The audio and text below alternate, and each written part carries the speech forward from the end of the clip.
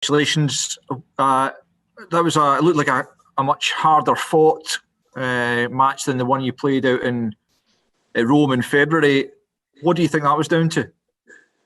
Now look, we knew that the challenge were going to come and be physical, try and shut us down in our defence, carry hard in attack. It came as no surprise, but now look, we didn't really turn up for the first half. It was a bit disappointing, but look, we got there in the end, so we're chuffed to bits for that. Was one of the most pleasing aspects then the kind of second half response to the adversity you were facing?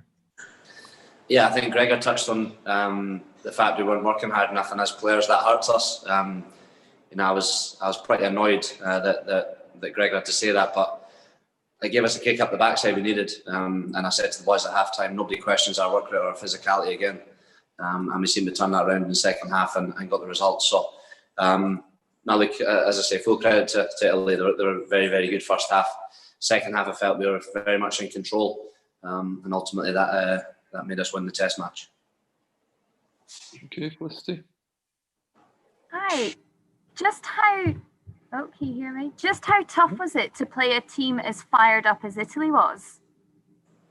They're always like that at home. They're a very, very passionate side, and they play on the border of emotion. And we knew that we had to try and nullify that at the earliest opportunity. We had to try and meet fire with fire. First half, we probably didn't do that at times, and allowed them to get on the front foot and really dominate us.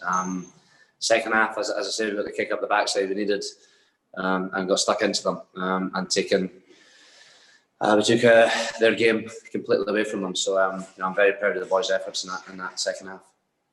And are you looking forward to bringing an unbeaten run to France next week?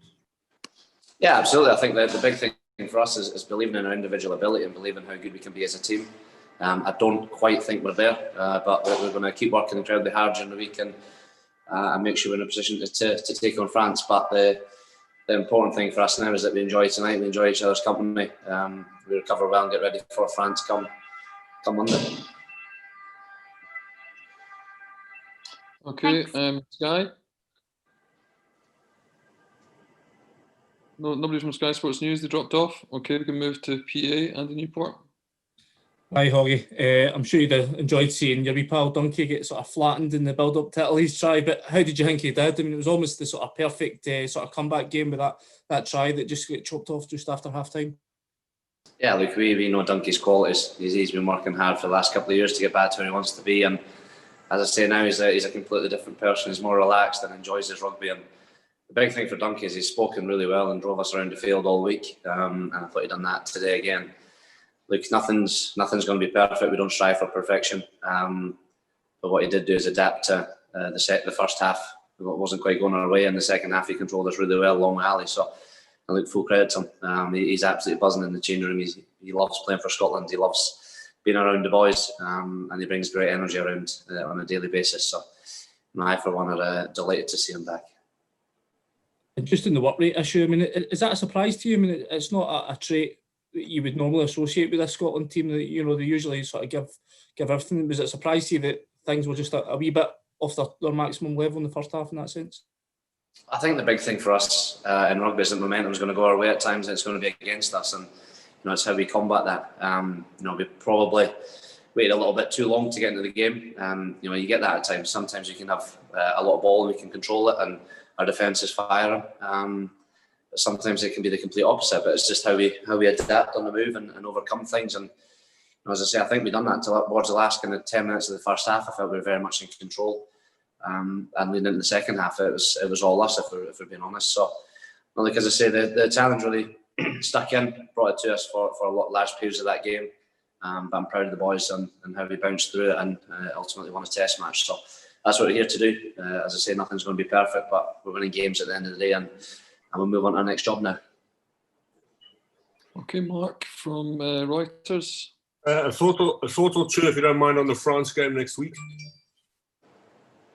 What's that, sorry? A thought or two on the France game next week, if you don't mind looking ahead this early. I've absolutely no idea what you're saying there, sorry.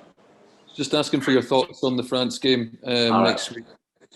Now, look, it's going to be another massive test match for us. They're I believe they've changed up their squad, but they're still going to be coming to BT Murrayfield with an unbelievable amount of talent. So, look, we'll concentrate on ourselves ultimately. But look, we'll get excited. It's another opportunity to represent Scotland, and that's what we're here to do. So, we'll look forward to that come Monday. Thanks. Okay, thanks. So we'll